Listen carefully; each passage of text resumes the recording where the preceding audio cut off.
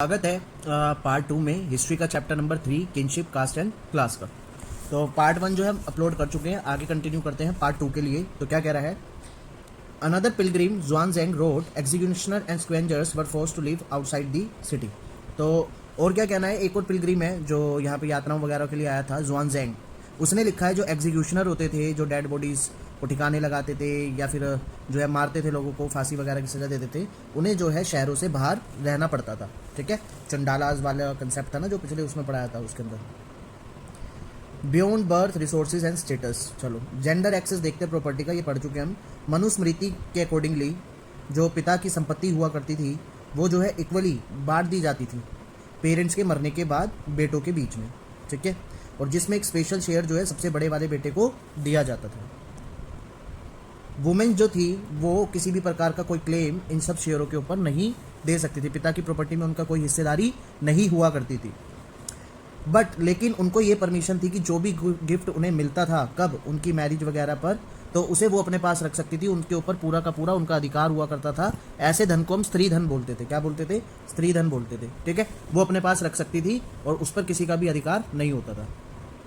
इस धन को वो अपने बेटों को दे सकती थी। ठीक है, और बिना हस्बैंड का उस पर किसी भी प्रकार का कोई क्लेम किए बगैर। तो हस्बैंड का भी इस पर किसी प्रकार का कोई क्लेम नहीं हुआ करता था। प्रभावती गुप्ता जो है उसके पास भी कई सारा वेल्थ थी, ये एक्सेप्शन केस है, पहले भी पढ़ चुके हैं हम। ठीक है, इससे पता लगता है कि जो अपर क्लास की वुमेन्स थी उनके पास प्रॉपर्टी वगैरह पर एक्सेस हुआ करता था। उसके बाद है varna and access to property. According to varna system, जो वर्ण सिस्टम ब्राह्मणों ने बनाया था, पहले 3 जो वर्ण थे, ब्राह्मण, क्षत्रिय और वैश्य, उनको जो है वेल्थ एक्सेस करने का पूरा पूरा अधिकार था। और बाकी के जो बचे हुए थे वो सारे बस सिर्फ सर्विंग का काम करते थे, नौकरी करते थे। किनकी? पहले 3 लोगों की। उस समय जो प्रीस्ट हुआ करते थे, पुजारी हुआ करते थे, वो भी काफी वेल्थी हुआ करते थे, अमीर हुआ करते थे।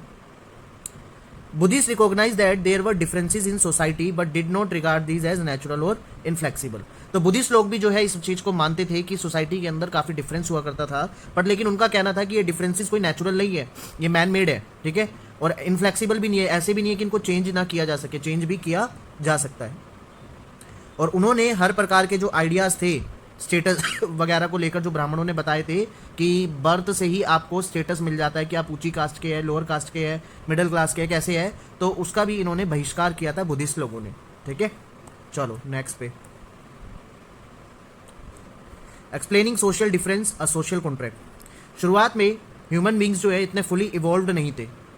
वो सब कुछ कहाँ से लेते थे? नेचर से, और उतना ही लेते थे जितना उन्हें खाने की जरूरत होती थी। बट धीरे धीरे वो सब लालची होते चले गए और सब कुछ चीजों पर जो है हद से ज्यादा अधिकार जमाने लगे। Kingship was based on human choice with taxes as a form of payment for king services. Kingship, जो राजा चुना जाता था वो ह्यूमन चॉइस पर चुना जाता था, और एक बार चुनने के बाद उसके बाद जो है अगला राजा उनका वंश वगैरह ही बना करते थे। और बदले में प्रजा क्या दिया करती थी? एक टैक्स दिया करती थी पेमेंट के तौर पर, ताकि किंग उन्हें अलग अलग different kind of service provide कर सके। Handling tax, historians and Mahabharata. इसमें क्या है? Historians consider several elements when they analyse tax. देखो, जब भी ये इतिहासकारी लोग किसी भी टैक्स को एनालाइज करते हैं, पढ़ते हैं, समझते हैं, तो कई सारे मुद्दों को परखते हैं, वो कई सारी चीज़ों को देखते हैं।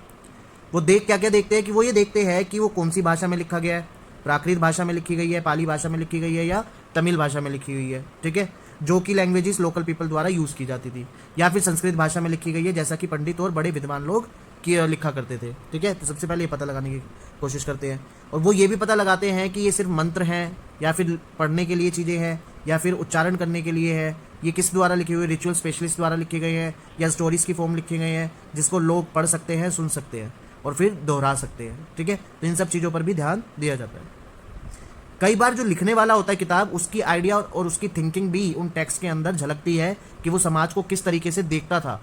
ठीक है, कई बार उसकी सोच भी जो है इन टेक्स्ट के अंदर लिखी जाती थी, और उससे हम समाज का पता लगा सकते थे कि वो किस नजरिए से समाज को देखा करते थे। ठीक है, सबका नजरिया अलग अलग हो सकता है भाई, है ना, एक ही समाज को लेकर, तो कई बार कंक्लूजन इसलिए हमें डायरेक्ट नहीं मिल पाते।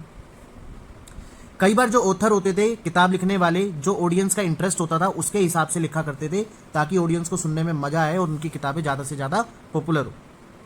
साथ ही साथ जो हिस्टोरियंस है वो ये भी एनालाइज करते थे कि ये कब लिखी गई है और कौन सी जगह पर किताब लिखी गई है, कौन सी जगह पर टेक्स्ट लिखे गए। तो ये सारी चीज़ें एक हिस्टोरियन कंसिडर किया करते हैं जब भी कोई टेक्स्ट एनालाइज करते हैं। ठीक है। Language and content.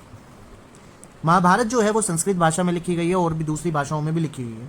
तो हिस्टोरियंस ने, इतिहासकारों ने इसको कंटेंट को दो मेन पार्ट में बांट दिया है। एक नैरेटिव में जिसमें एक स्टोरी के तौर पर इस किताब को पढ़ा जाता है। दूसरा डायडेक्टिक, जिसके अंदर प्रिस्क्रिप्शंस वगैरह होते हैं, समाज के रूल्स रेगुलेशंस वगैरह बताए गए हैं। ठीक है। ओरिजिनल स्टोरी जो है वो किसके द्वारा लिखी जाती थी? कैरियोटिड। ये कौन होता है? रथ के आगे जो बैठता है ना, जो कमान संभालता है घोड़ों वगैरह की, उन्हें बोलते हैं। ठीक है। ये एक सूत नाम से जाने जाते थे। ठीक है। और जो क्या करते थे, क्षत्रिय राजाओं वगैरह योद्धाओं को बैटल फील्ड में मदद किया करते थे। तो ये लोग क्या करते थे, ये सारा हाल वाल जो भी हुआ करता था वो देखते थे और उनको पोयम वोयम वगैरह में कंपोज कर दिया करते थे जब भी राजा जीतता था। ब्राह्मणों ने भी ये स्टोरी को चुना and began to commit it to writing, और इनको भी लिखना चालू कर दिया। तो ब्राह्मणों ने भी जब इन कहानियों को सुना, उनकी विक्ट्रीज को सुना, राजाओं की वगैरह की, इन कैरियोटिड से, तो उन्होंने भी क्या करा, ये किताबों में लिख डाली।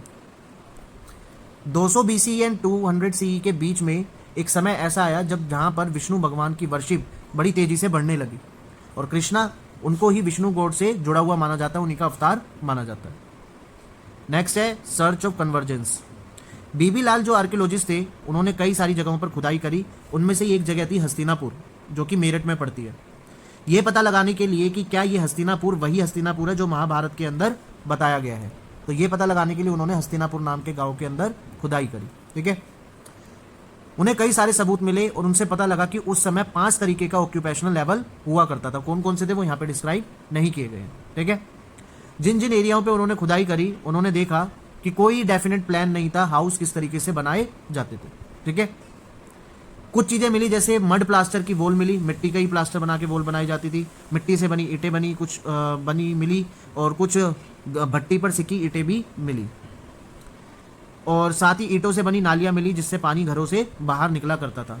कई जगहों पे टेराकोटा के बने हुए कुएं भी मिले हैं। ठीक है। और ये पानी वगैरह के लिए इस्तेमाल किए जाते थे, सिंचाई वगैरह के लिए।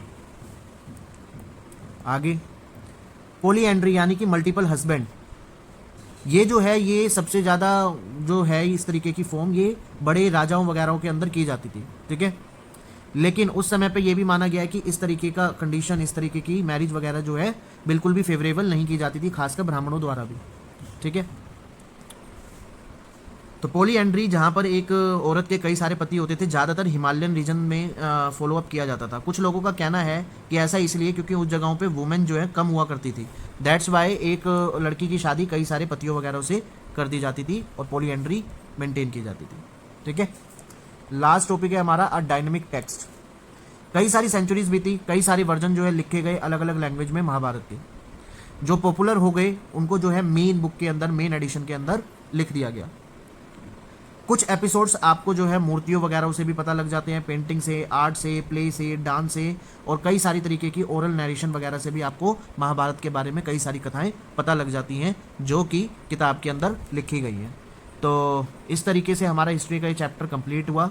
NCERT का जो मेन चीज़ थी वो सारी मैंने यहाँ पर लिख दी है और अच्छे से समझाने की कोशिश करी है। इन नोट्स को आप यूज़ करके जो है अपने पेपरों में लिख सकते हैं। तो अगर आपको वीडियो अच्छी लगी हो तो प्लीज़ लाइक करना ना भूलें और चैनल को फटाफट सब्सक्राइब कर लें। Thank you.